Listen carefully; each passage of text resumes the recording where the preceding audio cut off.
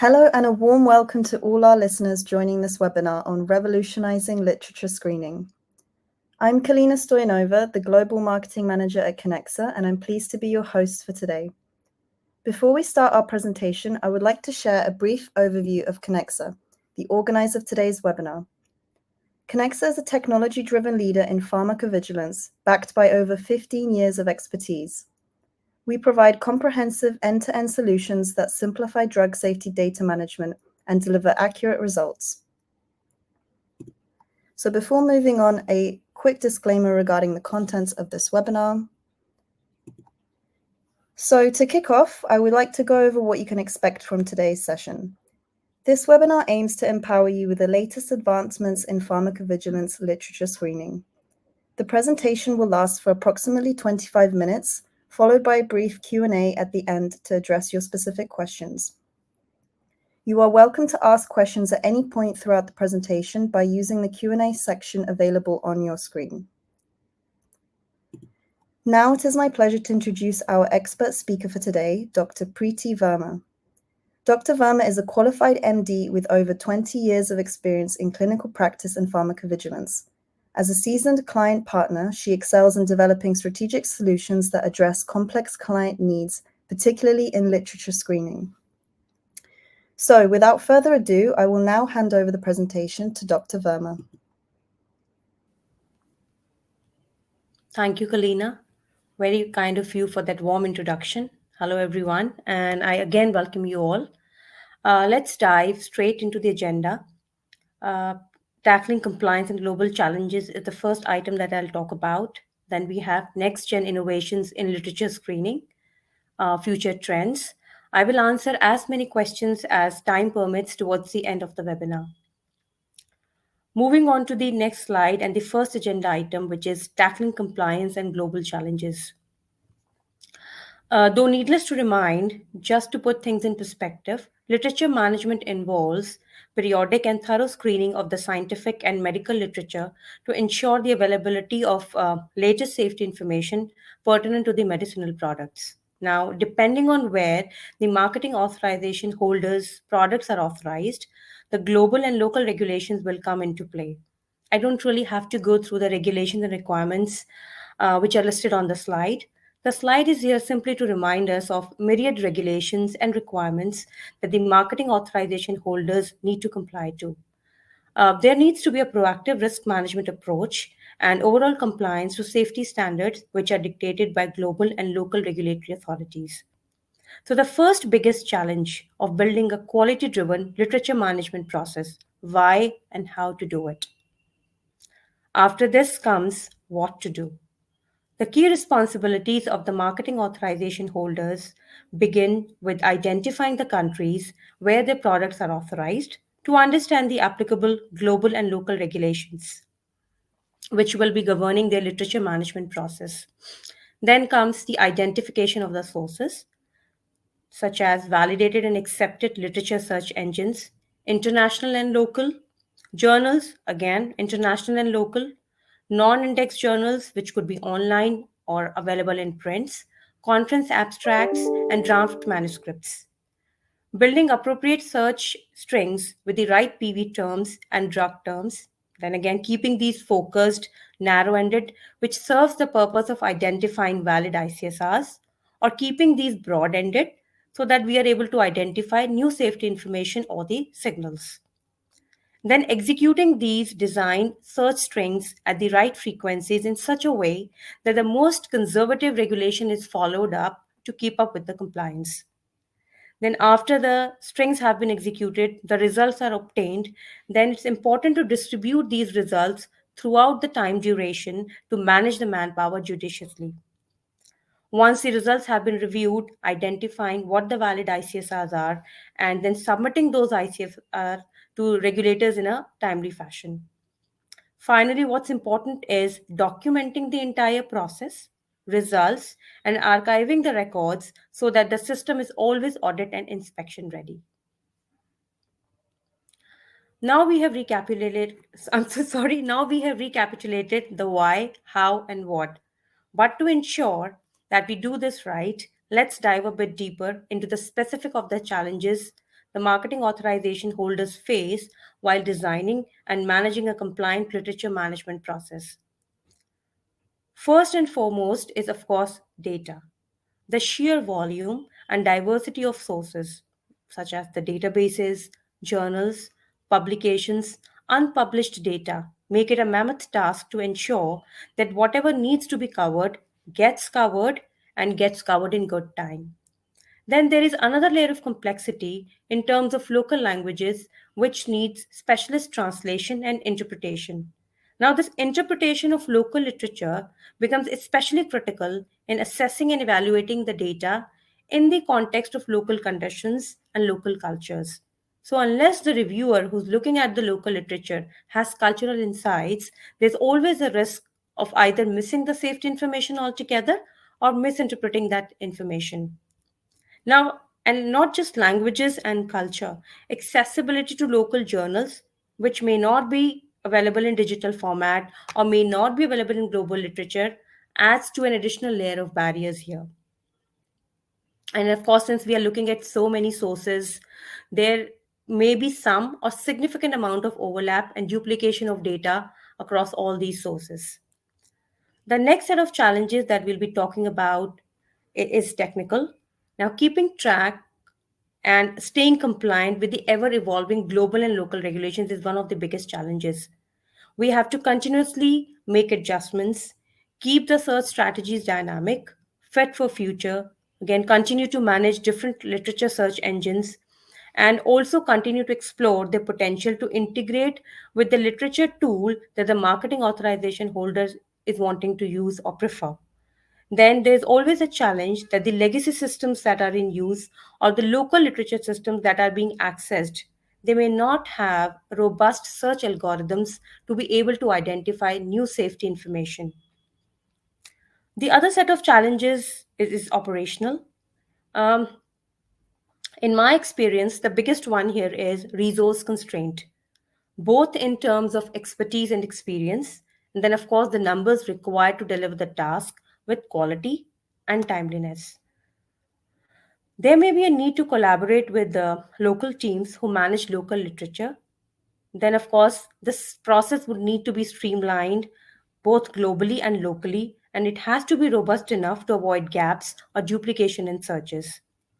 The execution of searches and the review of data need to be SOP driven, regular, timely, as the delay in searches and the delay in review can lead to non compliance or delay in risk mitigation. Not just timeliness, the quality of the review is equally important. Now, the safety net has to be wide enough to capture what is relevant while simultaneously eliminating the noise. As expected with any PV activity, the system needs to be audit and inspection ready at all times, with immaculate management and archival of all documentation and records. Finally, coming to the end of the list of these challenges, we've got financial constraints, which again is a big one. Now, it could be accessing the sources of safety data, deploying appropriate teams to access, manage, and report both global and local literature, translations, procuring full text articles, deploying technology to manage enormous volumes, managing compliance and quality. So, how do we overcome this seemingly long list of challenges? In my mind, developing a harmonized framework, unified processes to address global regulatory requirements while staying agile to cater to diverse and unique local needs is of utmost importance. Centralization of data and processes across all PV domains which utilize literature outputs so that there's always a single source of truth. Collaborating with localized and specialists to access and review local literature, including multilingual reviews. And of course, without a shred of doubt, there needs to be investment in getting the right people to do the right job first time right, training them, building a quality review step in the process, and performing regular audits of the systems and processes. I deliberately kept the use of technology in this domain towards the end of my list so that we dovetail nicely into the details which I have for technology on the next slide. The end goal of literature management is to ensure that the new safety information is identified in a timely manner, and if this impacts the benefit risk profile of a product unfavorably, proactively deploying measures to prevent or mitigate the risks. So, automation and artificial intelligence technologies have enhanced the efficiency, accuracy, and scalability of managing end to end scientific and medical literature and will continue to do so by leaps and bounds as the technology becomes more robust and more advanced. Automation helps in streamlining the literature management workflows, project manage the high volume of literature, reducing manual workload, and ensuring quicker turnaround times for identifying adverse events. Artificial intelligence technologies, especially natural language processing for extraction of data, can automatically scan vast amounts of scientific literature very quickly. They recognize specific keywords, which could be product names, the brand names, terminology related to the product names, adverse events, medical histories, and so on. So it's not only the pertinent literature which is flagged for further manual review, and the ones which do not have any of these key qualifiers are moved out of manual review cycle. So, I mean, as I said, it's not just the flagging of the relevant articles for review. This technology also highlights the company and the non company suspects, concomitant medications, and adverse events, so that the manual efforts are significantly reduced and the quality improves as well. Artificial intelligence can also support in automated journal monitoring via web scraping and RSS feeds to track journal updates in real time. The other aspect of utilizing technology is continuous monitoring. AI allows continuous monitoring or surveillance of scientific and medical publications worldwide, resulting in quick and real time identification of new relevant safety information. Then there is this element of machine learning. The machine learning models are deployed to detect patterns and correlations and identify anomalies within larger data sets. These help in early identification of safety signals that might have been missed through traditional methods. AI also assists in prioritizing critical safety signals by assessing the severity and potential impact of findings. An extension to machine learning is the predictive analytics. These models can predict potential ADRs by analyzing the historical data and the current real world evidence. The AI systems also impact automated reporting and help in improving regulatory compliance.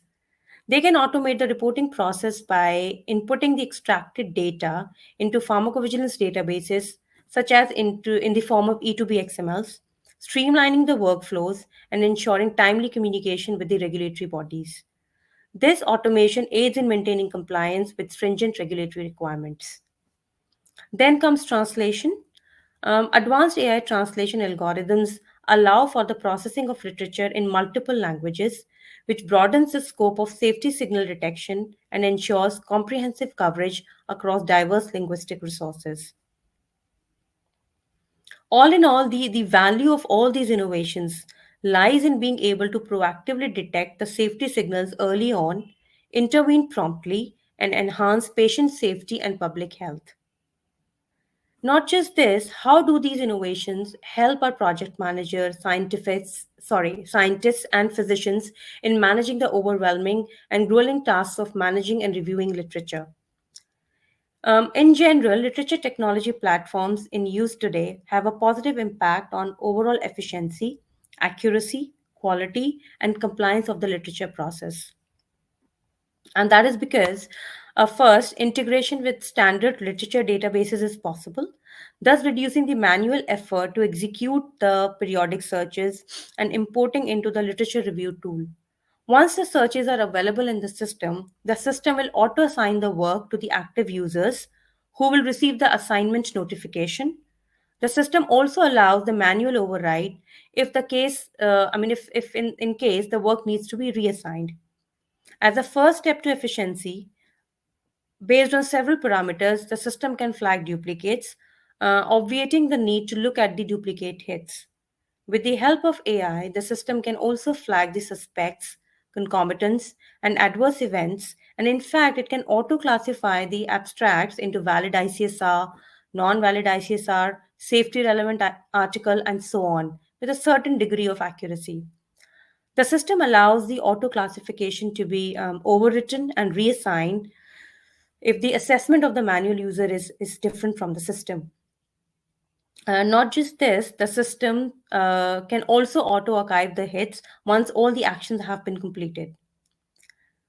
If a valid ICSR is identified after the activity is completed, many systems allow generation of E2B R3 compatible XMLs for direct import into the safety databases, thus introducing efficiencies even in the downstream processes. Similarly, the articles qualifying for inclusion into aggregate reports can be transmitted to aggregate reporting modules, while the articles which have been flagged for further signal assessments can be transmitted to the signal platforms. So, the literature platforms which are available today are not just review platforms, but they also allow streamlining the workflows, resource management and optimization, performance management of projects, teams, and individuals, status and compliance reporting to relevant stakeholders through generation of standard and custom reports and dashboards. Moving on to the next slide. Until now, we were discussing in general about the capabilities of the literature platforms. On this slide, what you see is Connexa's next generation literature management solution, which we have developed in collaboration with the applied AI company, ICO for short. The aim is to digitize previously resource intensive workflows, as we've seen in the previous slides, to increase accuracy and efficiency in literature management processes.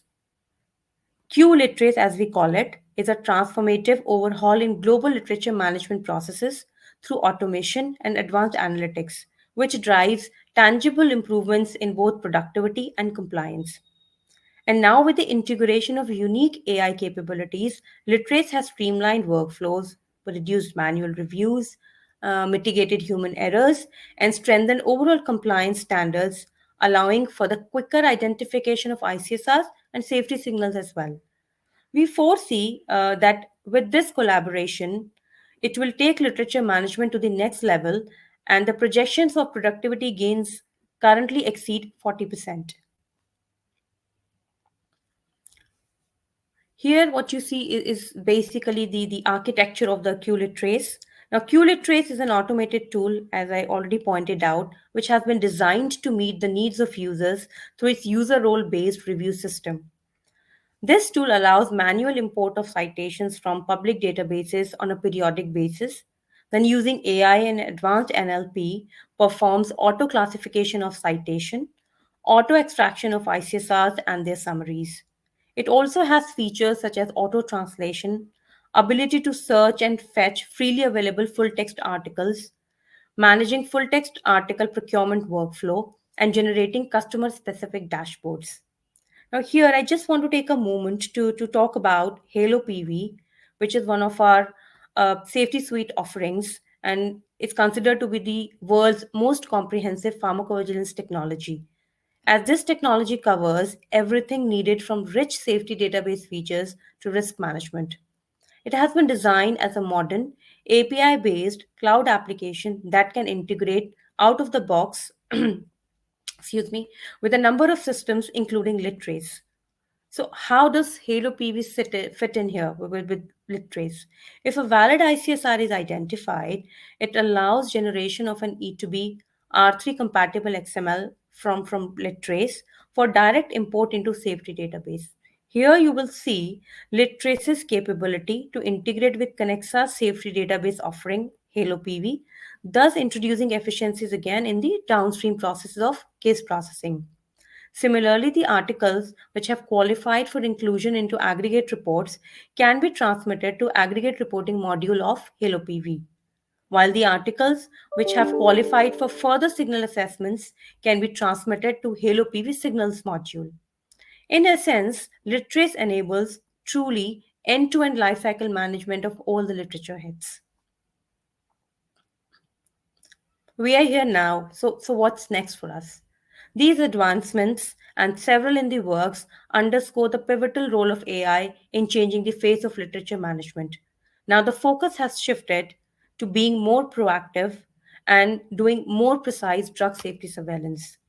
For instance, we have large language models for query generation. Now, these LLMs have been adapted to generate SQL queries from natural language inputs. This development has allowed non technical users to access and analyze pharmacovigilance data more effectively, making data access easier and enhancing decision making in drug safety. We've also got autonomous AI agents which support literature data mining. Now, these agents are capable of high fidelity extraction from extensive chemical literature. These agents employ LLMs, which we've just talked about, for prompt generation and iterative optimization, automating data collection and analysis, thereby saving loads of manpower and simultaneously enhancing performance in PV tasks. Explainable AI for feature importance analysis. The models have also been developed to assess how specific drugs can contribute to the likelihood of serious events such as acute coronary syndrome, thus providing insights that can inform and modulate PV monitoring of certain high risk drugs. Then we can combine ongoing literature surveillance with real world data such as social media, electronic health records, and patient forums. One of the newest trends on the block is blockchain for PV transparency, which offers significant opportunities to reinvent the way in which the pharmaceutical companies access, collect, distribute, share, leverage, monitor, and audit clinical trial data on medical and patient records. Of course, we are all aware of big data analytics. Again, this big data analytics enables the processing of vast amounts of data from diverse sources, such as electronic health records, social media, and wearable devices, where adverse drug reactions can be identified more effectively, contributing to faster risk identification and improved patient safety. There is a growing emphasis on involving patients directly in PV activities, empowering patients to report adverse events through user friendly digital platforms, which actually enhances the detection of previously unknown drug reactions. So now we are moving to more patient centric approaches in pharmacovigilance. Uh, Last that I want to sort of focus on is global collaboration and regulatory harmonization across the pharmaceutical industry, which is supposed to be undertaking these pharmacovigilance tasks. Now, there is an increasing trend towards regulatory harmonization and international collaboration in pharmacovigilance, and the efforts are being made to standardize adverse event reporting requirements and streamline safety monitoring processes globally. Now, all these efforts will eventually lead to more efficient pharmacovigilance practices. This collaborative approach will also help in sharing the safety data and best practices, ultimately improving drug safety outcomes worldwide. So, Kalina, I'll hand it over to you now, and thank you everybody for your patient listening. Thank you very much, Dr. Verma, for this very interesting presentation on literature screening. Very quickly, before moving on to the Q&A, we would love to hear about some of your experiences in the audience. So please take a moment to share with us what's the biggest challenge you've encountered when designing a compliant literature management process. Your input will help us better understand the common hurdles in this field and also guide future discussions. So the poll should appear on your screen now. We will give you a few moments to answer before moving on to the Q&A.